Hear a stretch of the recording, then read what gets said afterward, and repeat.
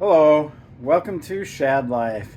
Well, since I got this project done, which is my single speed mullet build, I do have another project lingering around, sitting in the garage, or it was anyway, and let's talk a little bit about it, because if you've been following my channel, that bike, or at least the frame and fork and handlebars, might look familiar to you. And if you have a real keen eye, some of these other parts might also look familiar to you. So I'll talk about this and what my plans are for it. Okay, well, you don't have to have followed my channel for too long to recognize this bike, because my latest videos have this bike all over in it. So this is my DWA, could just call it my street park bike, right? It is kind of a DJ focused frame, for riding trails. I did get a 21-inch top tube when I got this frame, and it's just a tiny bit longer back end, not much, than what a traditional street bike would have. But because I ride mountain bikes and stuff all the time, I decided I wanted to go with a little bit bigger BMX bike, longer top tube and stuff, just so the transition wasn't a big struggle to go back and forth all the time. And I really love how this bike rides. As you can see, if you've been following my channel, I'm doing, a lot of tricks and stuff on it, and grinds and things like that. I do have pegs on the right side because that's the side I grind on. Someday I'll talk a little bit about that kind of stuff. But anyway, this video isn't about this bike. I just want you to be aware of this bike, and then show you why I have this other bike, my Standard STA. So this was the frame, handlebars, and fork I was riding before I switched over to the DWA. This is a 20.5 inch top tube length, and so ½ inch shorter, and it's a half a degree steeper head angle. So this is a 75-degree head angle. My DWA is a 74.5. I know that doesn't sound like a lot, but it actually does ride quite different. It's kind of amazing how these subtle changes in geometry make a big difference. So all these parts came off of this yellow GT Performer I bought a couple of years ago, and I just wasn't very satisfied with that bike. I think the quality was kind of meh, and so on and so forth, but the parts are pretty good. So when I bought my DWA and switched all my parts over to it, I thought, hey, let's replace the GT Performer lack of good quality parts with these really nice, high quality, made in USA standard bike parts. So that's my STA, and because it's a little bit shorter, steeper head angle, this will work good as a Flatland bike for me, or kind of an all-arounder bike. And I can still do a lot of my old school Flatland BMX tricks, so that's what this is going to be for. So you'll notice it's got a gyro and an attempt at putting on a front brake. We'll talk about that in a second, right? And it's got the GT cranks that came off of it. The wheels, except the rear wheel on the GT, which has been lingering around here somewhere, the hub internals were bad. They went bad right away. That's where I was talking about the quality. So this is actually an Odyssey free coaster, which I'm kind of glad, because the free coaster is kind of nice to have on a Flatland bike anyway. So an Odyssey rear wheel. This is the GT front wheel. Of course, the GT tires, which we'll see whether I keep those around or not. This old school looking, it's a modern stem, right? 1/8 clamp, but it's the old school block looking stem. I'm actually not going to leave that on this bike. I will probably give this away or something. I don't know yet, but I have some parts over on the bench here I'll show you in a second. So I do like the grips, and this is a S&M seat post and seat, so I'll have those on here, and so on and so forth. Of course, pegs all the way around, all four corners, and we'll see. We'll see how this goes. So let's talk about the front brake. So I bought this front brake plate because my fork doesn't come with 990 mounts on it.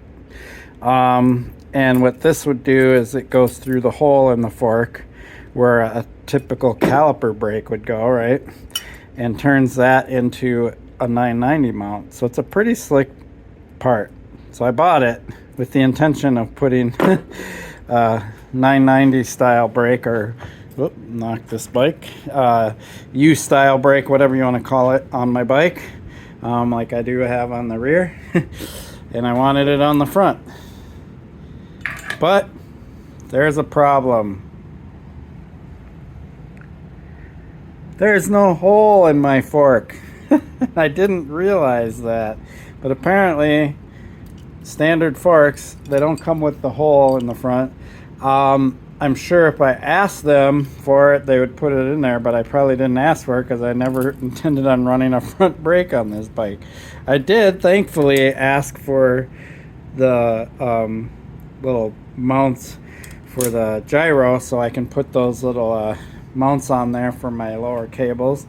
So I'll be doing that here soon, but this fork needs a hole, so I got to drill a hole in it, which isn't easy to do through hardened chromoly.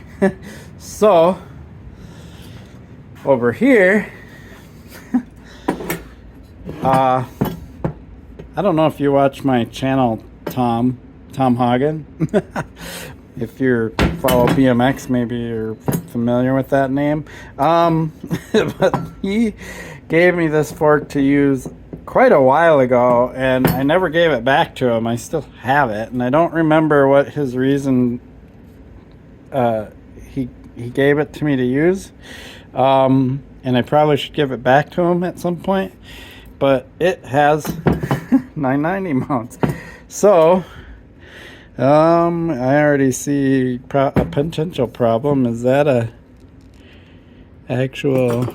Oh no, nope, that's a true...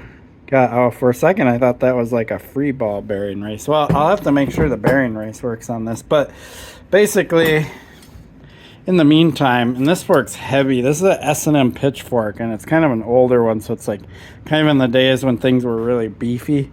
But in the meantime, I can put this fork on here and run a front brake until I get my standard fork drilled out. But yeah, that's the plan.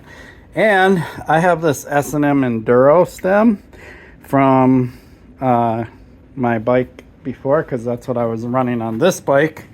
But now I have the flat iron bars and the profile racing stem. So I'm going to replace that.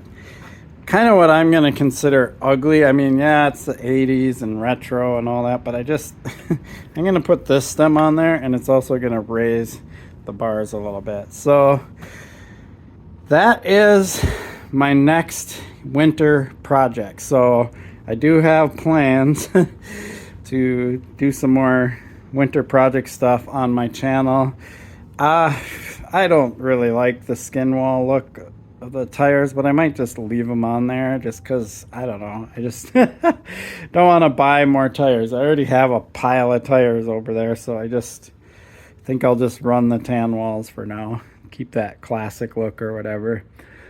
So yeah. Oh, coffee.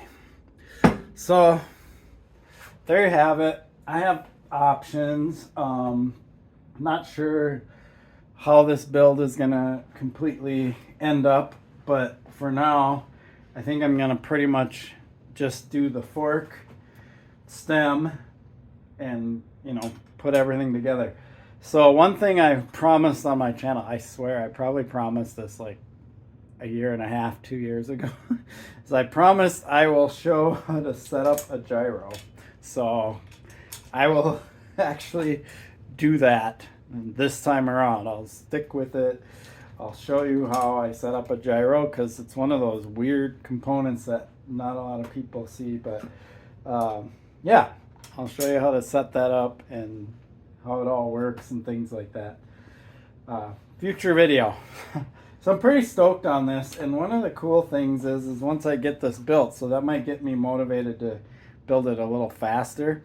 Once I get this built, I could actually go to the skate park, like at third layer, everybody's riding street and stuff. But I might bring this one day and just practice some old school Flatland stuff there, or find somewhere else. It'd be nice to find an indoor spot that I can practice Flatland. If you look out the window, it is dead winter. You can't really see that good, but full on snow outside. End of January, going into February. So I'll have to see where I can find a place to ride this. Yeah, cool. I appreciate your support for my channel. Please like and subscribe. Peace.